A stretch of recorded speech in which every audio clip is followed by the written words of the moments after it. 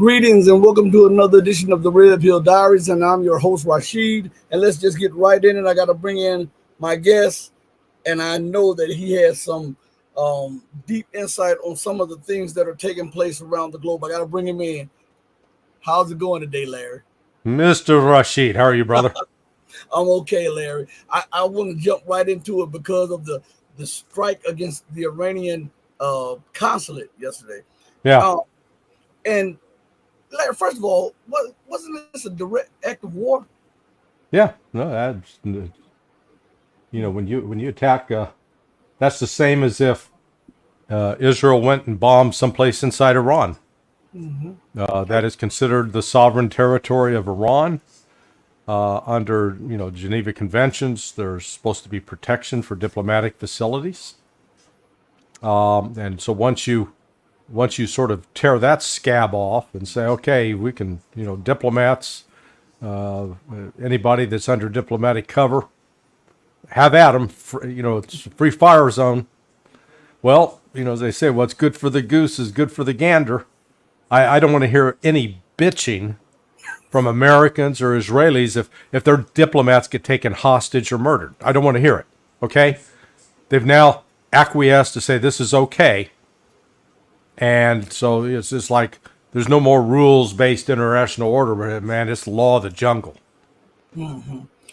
And I have a take on it like this. Maybe this is the United States pushing Russia and its allies on all parts, because just prior to that bombing, Pashinya of Armenia announced that he will start getting closer to the EU and Russia. And then at the same time, we saw the Ukrainian strikes into Russian territory. And then now we're seeing the Israelis and the United States up the ante in the Middle East. And the United States has denied all responsibility. And this is what the Ayatollah has said. Iran will punish Israel, will make the regime regret crime in Syria. And then this is what this is Russia and China's reaction. They have condemned the attack as illegal. Mm-hmm. So where is all of this headed? Because we know that Israel does not have the capabilities to take Iran on militarily. So this has to go through the United States. Well, Israel did not coordinate this with the United States. They did it. They just let it, reportedly just said, oh, by the way, we're going to be blowing up the Iranian consulate in Damascus in the next 2 minutes, just so you know. And apparently there are reports, I don't know if they're accurate or not, but reports that the Biden administration officials were in touch with the Iranians saying, hey, we didn't approve this. And the reason they're doing that, I think they're scared to death that this is got the potential to really ignite a regional war. And Israel's wanting to do it because they want to get the United States in fighting on its side. And so Israel's going to be engaged with these kinds of provocations. I hate a bully. Israel's the worst bully we've ever seen. And frankly, they need a good ass kicking. Well, do you think the Iranians are buying this? Because remember that this is happening right after the bombing in Moscow.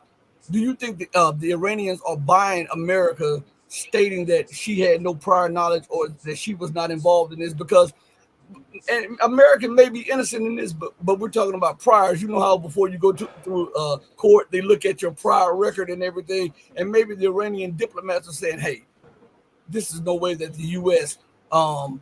Is not involved, especially after the United States announced a major military package to Iran.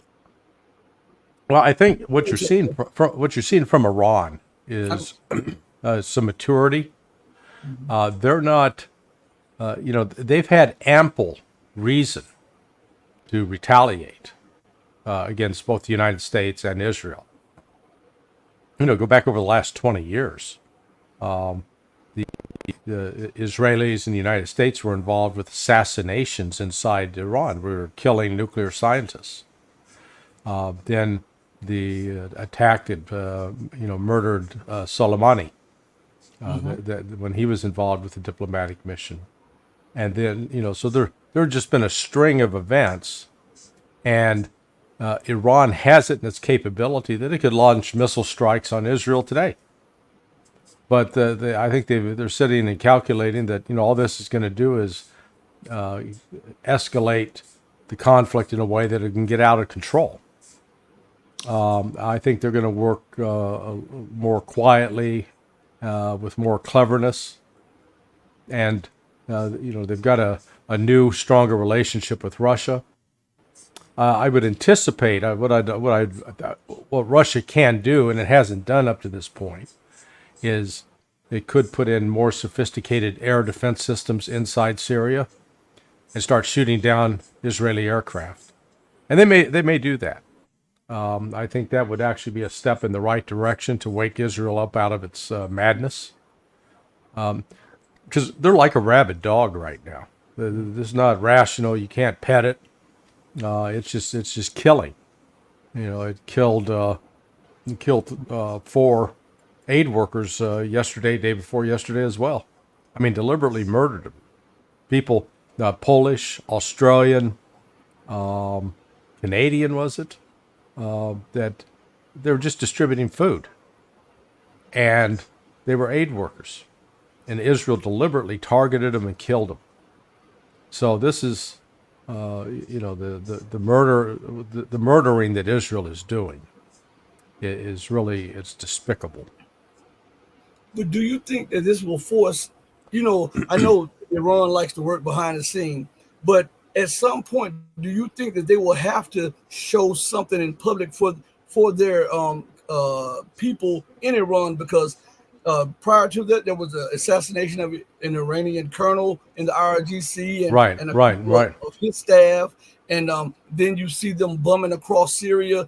And also, you said something about air defense systems. I remember the IRGC general who was killed. I remember him stating that on one of the Iranian programs about a month ago that the IRGC would be sending staff to Syria to evaluate the needs of the Syrian military for more sophisticated Iranian air defense systems. So could all this be tied together?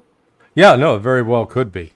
The United States, it would be nice if the United States had like a comprehensive policy, and that they were, playing 3-dimensional chess here, and they were making moves in Ukraine and moves in the Middle East and moves in China.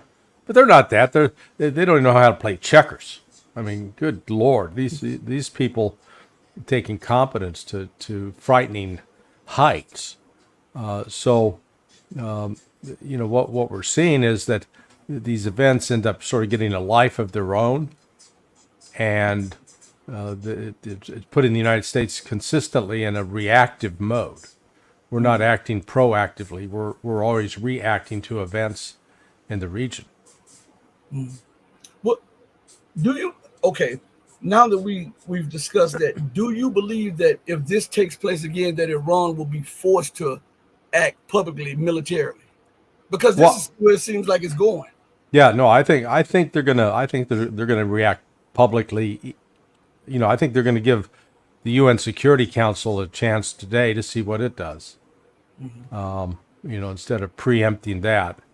And I would anticipate, in fact, I fully believe that they are coordinating and in consultations with Russia and with China. Because, I think, it pains me to say this, but the most malignant force in the world, the most dangerous country in the world, is the United States. The United States is engaged with regime overthrow and subversion and murder and enabling and facilitating murder on just on an industrial scale, and it's got to be stopped. And I think there are a growing number of countries that are saying, we got to stop them. We got to stop the United States. And that kind of thinking doesn't bring good results. So I think that Israel is overplaying his hand. I believe so, and I believe that the United States also is overplaying his hand because um, I tell people that America has to reevaluate her position. She's not the America of 40 years ago. Um, she's that she looks at herself as if she was that young boxer, but everybody on the outside looks at her as that flabby has been boxer that is Yeah. trying to hold on a little bit past his prime.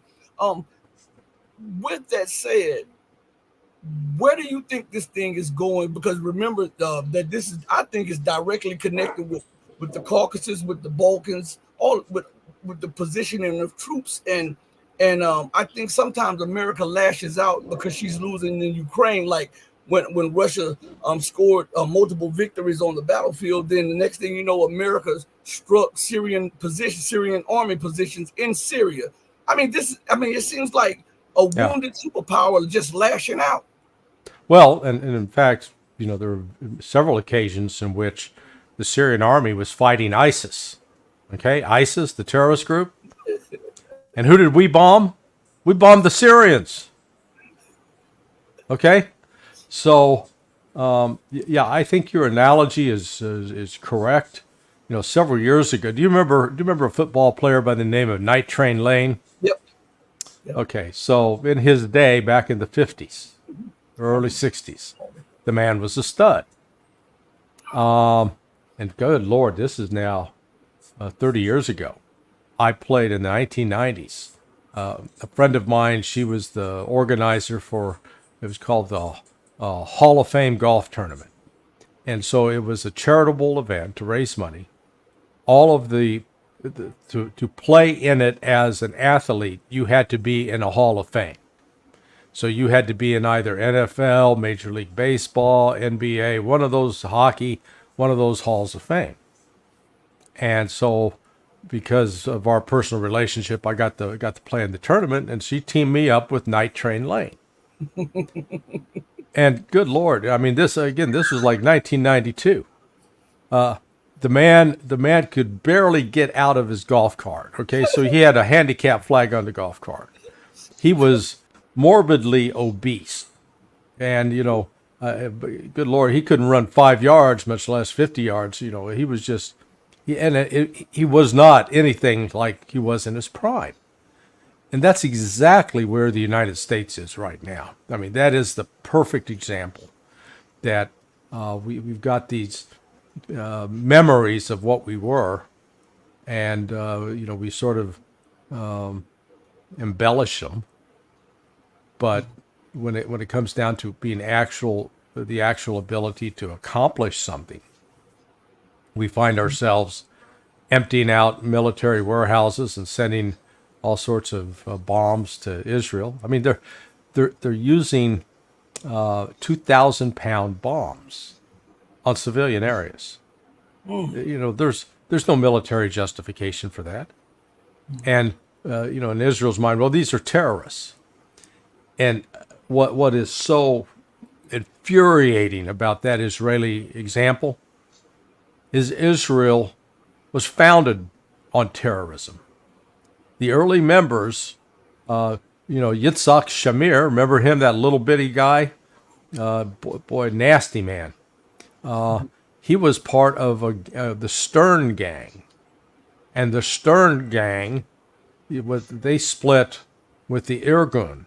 The Irgun was headed by Menachem Begin. Both of these cats became prime ministers. Yet in their day, you know what Irgun and Stern split over? They got into an argument. The Stern Gang, Yitzhak Shamir, in 1941, wanted to negotiate with the Germans to against the British. Okay, they were willing to work with the Nazis, who were rounding up and killing Jews just in order to kill Brits. Okay, so that shows you the moral decay of these people, and that's what they're founded on. They're not founded on this, glorious Leon Uris story of Exodus, that was with Paul Newman and that propaganda put out. They were terrorists, and Irgun and Stern Gang both engaged with terrorism because they wanted to have their own country. All right? Well, that's exactly what they're accusing Hamas of. So let's be clear. The Israelis use the same tactics that Hamas is using for the same reason. And there's really no difference, except, the Israelis would claim, oh, we're moral, God's on our side. And Hamas says the same stupid stuff. So Right. Fun fact, but first of all, thank you, Chaotic Brain, for your super chat, and thank you, White Hat, for joining the Patreon.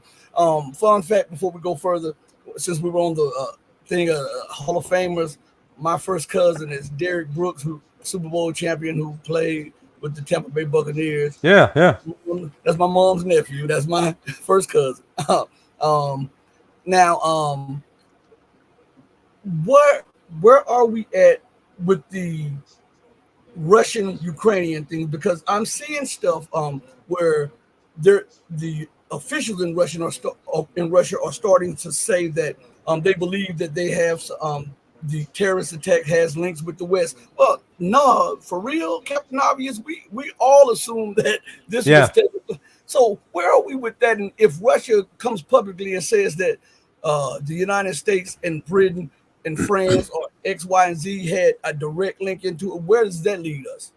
Well, you've already had one of the senior intelligence officials in Ukraine admit that they've carried out terrorist attacks. They admit they did. They blew up Darina Dugina, the daughter of Alexander Dugin. They're trying to kill him, but she got into the car and they blew her up. The Tatarsky, this journalist, they killed him. So he went down a litany of just different terrorist attacks they've carried out, and Russia has said, okay, yeah, you've admitted to these, we want you extradited. Now, Ukraine's not going to do that, but all Russia's doing is laying sort of the legal foundation that they will have established that Ukraine is a terrorist state and it's fully engaged with terrorism. The war, Ukraine is getting more desperate as the war grows worse for it. So their line of defense, basically from Kharkiv in the north to Zaporizhia and Kherson in the south, it's collapsing. It's folding back on itself, and they don't have any new, well reinforced defensive positions to fall back into. Even if they did, the Russians are now using these glide bombs. They call them fabs. If you're on the receiving end, it ain't too fabulous. I tell you that much. They're using 3,000 kilogram bombs. That's 6,600 pounds of explosives. That does some damage. That creates an Olympic-sized swimming pool. Probably 10 Olympic-sized swimming pools in the ground when it hits. So if these guys they're in trenches, that's not going to protect them. It's going to, and that's why the Russians are literally just blowing holes through these Ukrainian defensive positions and then moving their forces forward. And that seems to be accelerating.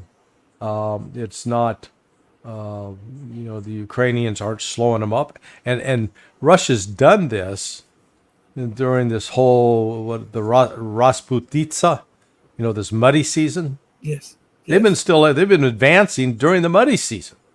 Usually in the past it was okay. That was the one time everybody sort of sat in their trenches, tried to dry out because it was rainy and it was muddy. But they've kept moving forward, and you haven't seen any images of Russian tanks stuck in the mud like you did the Challenger tank. That's what I was going to say. That's exactly what I was going to say. It's like the Western weapons are not fitted for that. No, and the Russians are running right through it. But every time you turn around, you have Bloomberg or you have National Interest. These magazines are all talking about how many losses the Russians are taking, how they're down to old Soviet tanks. And I mean, are they tools of the empire? I have to say, because a Yeah. lot of the publications are coming out. They're just so out there that not even my little daughter would believe some of the stuff that they're putting in. Yeah, yeah. I mean, that's this kind of delusional thinking or deliberate propaganda. We saw it with Baghdad Bob in Iraq. He Yeah, was, on the very day that the U.S. tanks are rolling into Baghdad, he said, "Oh, there are no tanks here." Okay, you know, you can go on television or you can write anything you want that is, completely diametrically opposed to reality. Doesn't change the reality. So, if the West wants to indulge this kind of, fantasy, dreamlike thinking, go ahead, do it. It's not going to change the outcome, and you're still going to be sitting there facing the need to deal with the consequences of Russia winning and defeating Ukraine. I guess it's like some guy who's $1 million in debt, and he keeps taking out loans to buy lottery tickets. Oh, it's gonna. I'm gonna win, man. I'm gonna win. This is the lottery tickets. This is it. And he just keeps going deeper and deeper into debt. And at some point, you gotta say, "Hey, stop. You're in a hole. Stop digging. Let's get you out of the hole." Russia. There are some people saying, "Oh, Russia's gearing up for a summer offensive." Maybe, but I think there's some evidence to indicate they're just going to continue doing what they're doing, because by doing what they're doing with the combination of artillery, aerial, the glide bombs, the missile strikes on power plants now, and industrial facilities, they're just taking Ukraine apart big chunks at a time and taking it, disassembling it in a way that it can't put itself back together. They're going. Go ahead. I was going to ask you. See, Larry, you bring so many points. I'm telling you. Do you believe that the Russians will go all the way to the Polish border and like set up some like thing for Transnistria and also for Serbia, so they're not reliant on EU nations? Yeah, I don't see them going to the Polish border. So that when you get into sort of the ethnic composition of Western Ukraine, up around Lviv, you've got formerly Polish, or at least a lot of Polish heritage there, heavily Catholic, Roman Catholic. Then when you get down to where Romania and Hungary both bump up against that border there with Ukraine. That was their territory before. Again, these are artificial boundaries that were drawn in the aftermath of war. That the victors sat down and said, "Oh yeah, let's give this part to Ukraine and give this part to Romania and this part to Hungary." But I don't see Russia wanting to get involved militarily in the Western Ukraine as an occupying force, because that will make it a ripe target for continued guerrilla attacks and terrorist attacks. But I think they'll go to the Dnieper River. They will cross the Dnieper and take control of Kiev. I think that will happen. They'll take control of Odessa. And then there's your land bridge to Transnistria. Right. Yeah. And they're not necessarily keen on conquering Moldova. But right now, they're going to wind up with friendly relations with Hungary, and it remains to be seen what the Romanian leader does, whether he wants to, try to provoke a battle, or say, "Hey, we're going to recognize we got to live with these people in our neighborhood. No need to fight them." But do you think any rump state left over, the West will impose its will and still try to use that to weaken Russia? Well, yeah, I mean, that's been the Western plan since, good Lord, the end of World War II. So we're coming up on almost 80 years of trying to do that. But the capability of the United States to do that is dramatically weakened. It's really what we're seeing is the reemergence of Russia as a legitimate superpower, because it has it has now the most capable military in the world. Uh, if the United States try to get into a toe-to-toe fight with it, we lose. And there's no other military out there who could do it. The good news is the Russians aren't saying, "Man, we're the biggest, baddest army on the block. Let's go around and just start kicking ass all over the world." No, they're not saying that. But they are saying we're going to defend ourselves, and you're going to respect us. So you're not. We're going to put a line out there. Don't cross that line. You cross the line, you're going to get punched in the face. And people, oh, they don't mean it. Cross the line, boom, they get tagged. So I see. Russia is. They're not just doing this in isolation, because they recognize they're up against the United States, who's in a desperate situation trying to preserve this international rules-based order that was established after World War II to basically make the United States the king. And that's coming to an end.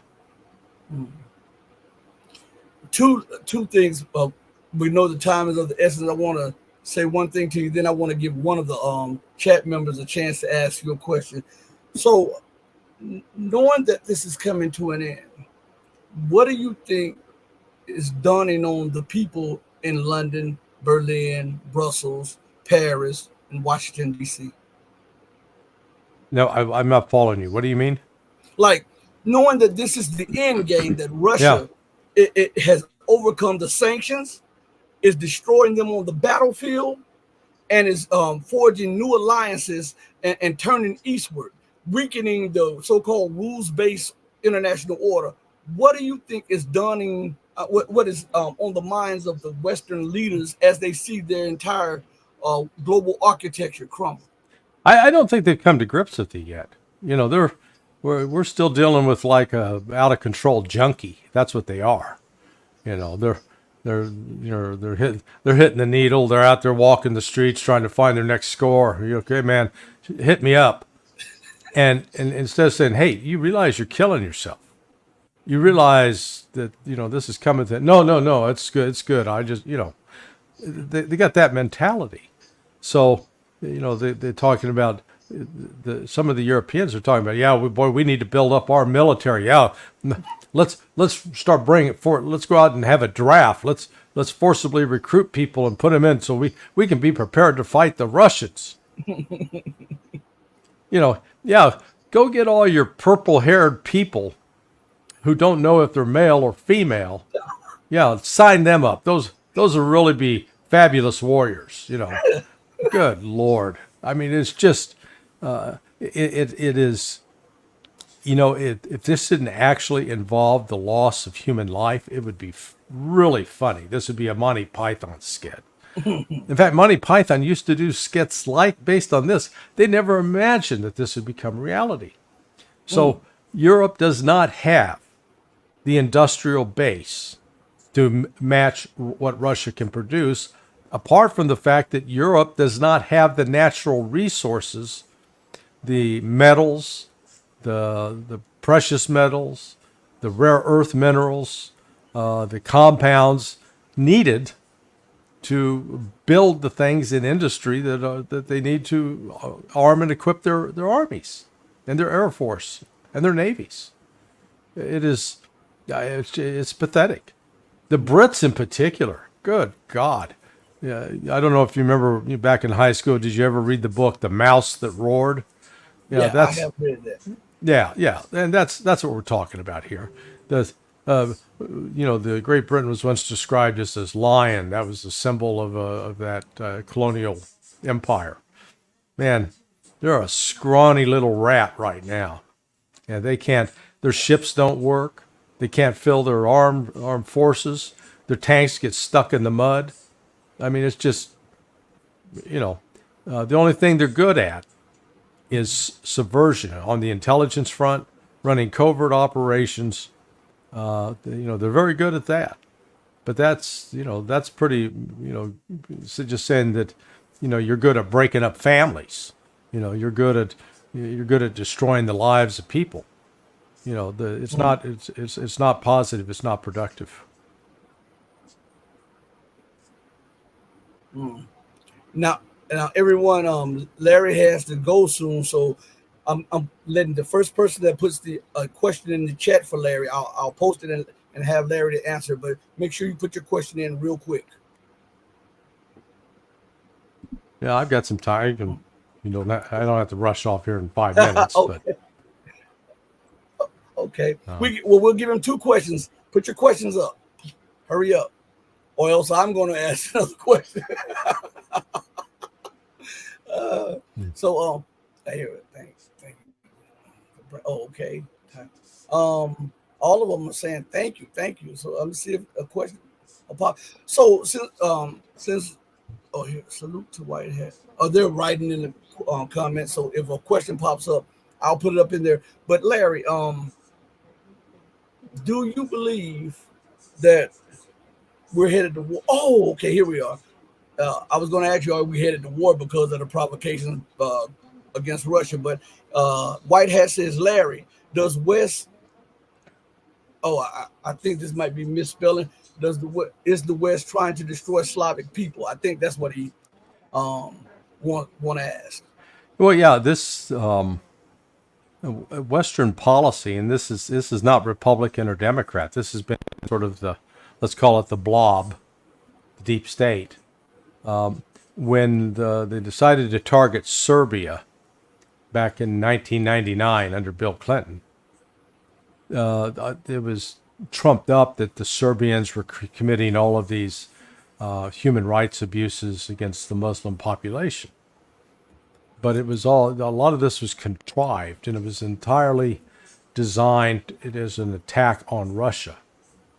When the Soviet Union broke up in 91, the West could have stepped in with like a Marshall Plan and say, hey, great, let's have you as a friend.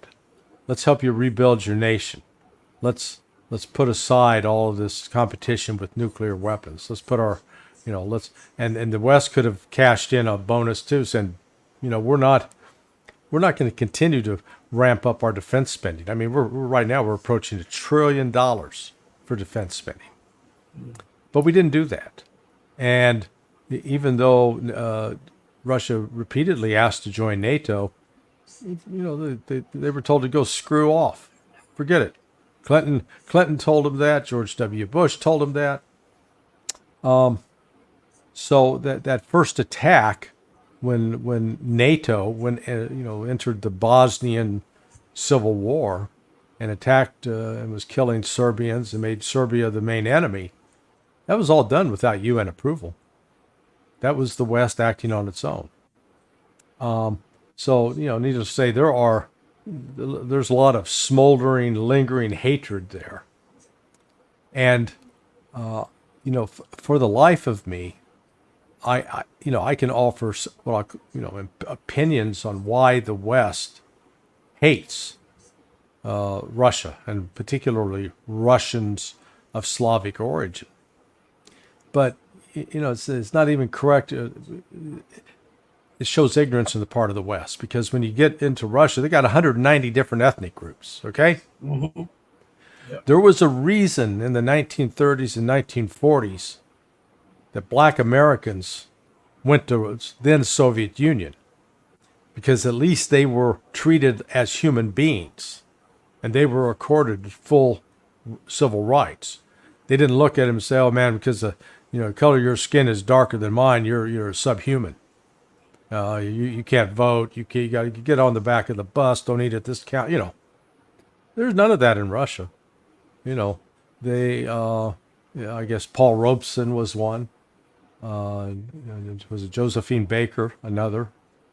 So Russia doesn't have this history of racism, and yet they are constantly under attack by the colonial West and the United States, both of whom have egregious, bloody histories of racism. Russia didn't go around the world conquering other countries. Russia didn't, almost wipe out the buffalo herds on the Great Plains. Russia didn't kill the several American Indian tribes and confine them to reservations. You know, who went into Africa in various countries, and the Brits, the Germans, the Belgians, the French. For what?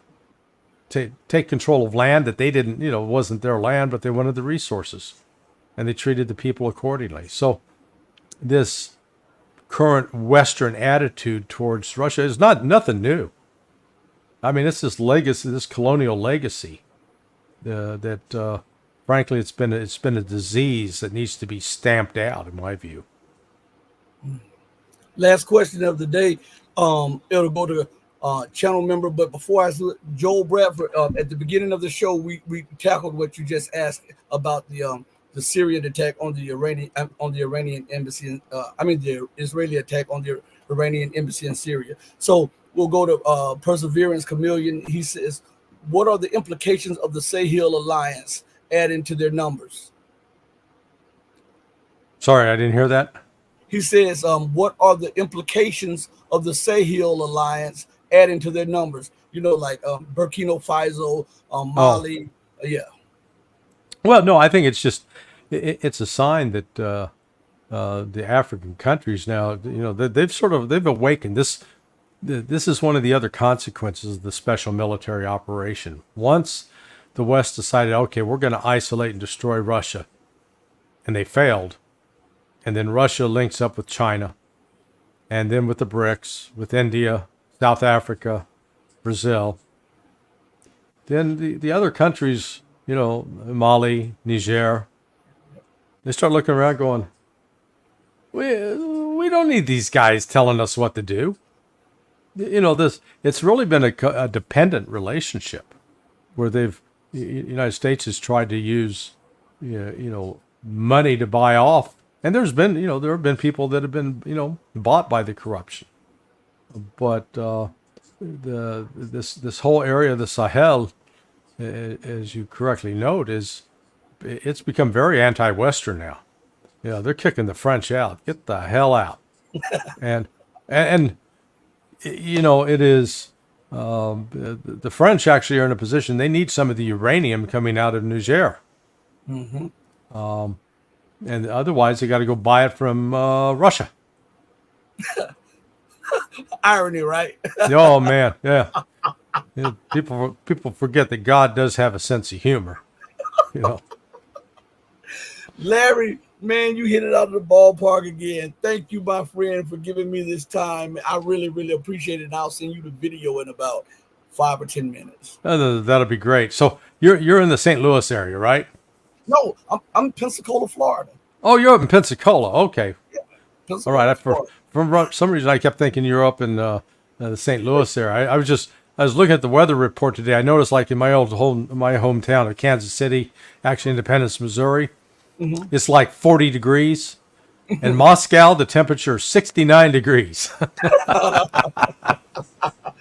Irony. Got to go to Moscow to warm up. And that is something incredible because Moscow is cold. Oh my God. It can be. Oh man. Thank you, Larry, again, man. I really, really, really appreciate it. All right, brother. Always a pleasure. Thank you for the invite. You take care. Be blessed. All right. Bye-bye. Everybody, listen, hit the like button. I really appreciate this. We're going to continue to try to bring you some of the best names out there. We're going to keep you informed. I'd like to give a shout out to TNT for the $10 super chat. He says, "Thank you, gentlemen. We need truth and humanity in this world, and we will not receive it from the West." You better believe it. As a matter of fact, what you just said is what we called on this show, boom, a mic drop moment. And so there's no better place to leave off than right there. Hey, everybody, thank you all for giving me your time, because I know that time is the most precious and valuable commodity, because once it's used up, you can never get it again. So I go out the same way that I always come in, with love in my heart for each and every one of you who love truth. But know that the love that I have for you will always pale in comparison to the love that God has for you. Until we next speak again, stay strong, stay true, but above all things, stay righteous. Hey, mama, your baby boy loves you more than life. Deuces, everybody. I'm out of here. Peace.